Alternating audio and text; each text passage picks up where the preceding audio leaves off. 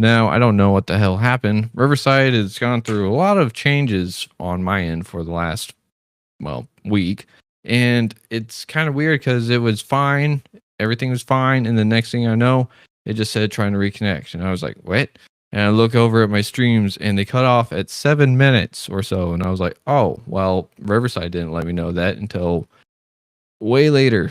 So I said a whole lot. It wasn't even recorded. Bull. So I'm going to go ahead and take this moment to just do a quick recap because I'm not going to repeat everything I said, probably for the best. Anyways, we went over some cards from the Wildwood Tarot. You can check this out on the web at tarotx.net. And the cards we got today were the Hooded Man and the Page of Arrows, or the Wren. And the Page of Arrows in this case is the Page of Swords. So in recovery, we can look at the Hooded Man because we need to do a lot of inner reflection. We need to take a look within, and we also need to just reflect on lessons. We don't necessarily need to know the lessons right away.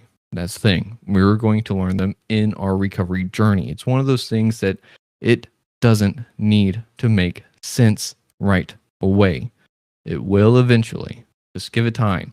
Whenever they say everything happens for a reason, that's bullshit. We give the reason afterwards.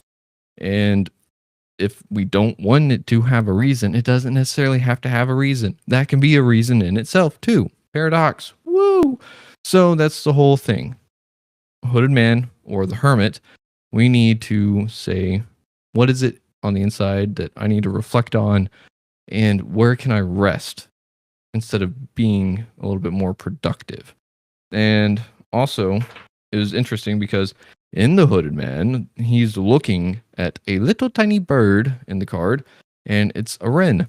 And the second card that came with the Hooded Man was the wren. So, as I said, and in this one, it was interesting because it's talking about having fortitude through difficulties and being daring, being agile, and having determination. And in recovery, we can't get this kind of determination out of nowhere. We have to find something within to have this determination. And if you're like me, well, maybe it was gone a long time ago, and you're like, well, this doesn't really make a lot of sense. So it doesn't have to make the most sense. Again, we can have something on the outside give us a reason, and then we can embody that and internalize it and then go from there. So I'm going to keep this super duper short. It's a 3-minute thing. Well, probably going to be 5 by the time I finish up. But I mean, just do your best to reflect. See what it is that you want to make some lessons out of, what you want to reflect on, so that you can get a little bit more insight. Clear up the fog a little bit, because not everyone has the answer. And no one has the answer that you necessarily need. You can probably hear the same message 50 different times from 50 different people, and then someone else, the 51st person, says it in a slightly different way, or even maybe the exact same way you've heard it before, and for some reason it just clicks at one time. Who knows? So just be patient with yourself, be kind with yourself, but be determined to be patient and kind with yourself. It's kind of weird, but you can do it. I believe in you. And if you don't believe in you, I'll believe in you until you can believe in yourself. So with that being said, we're going to end this here. I hope you have a great weekend. I will see you next time.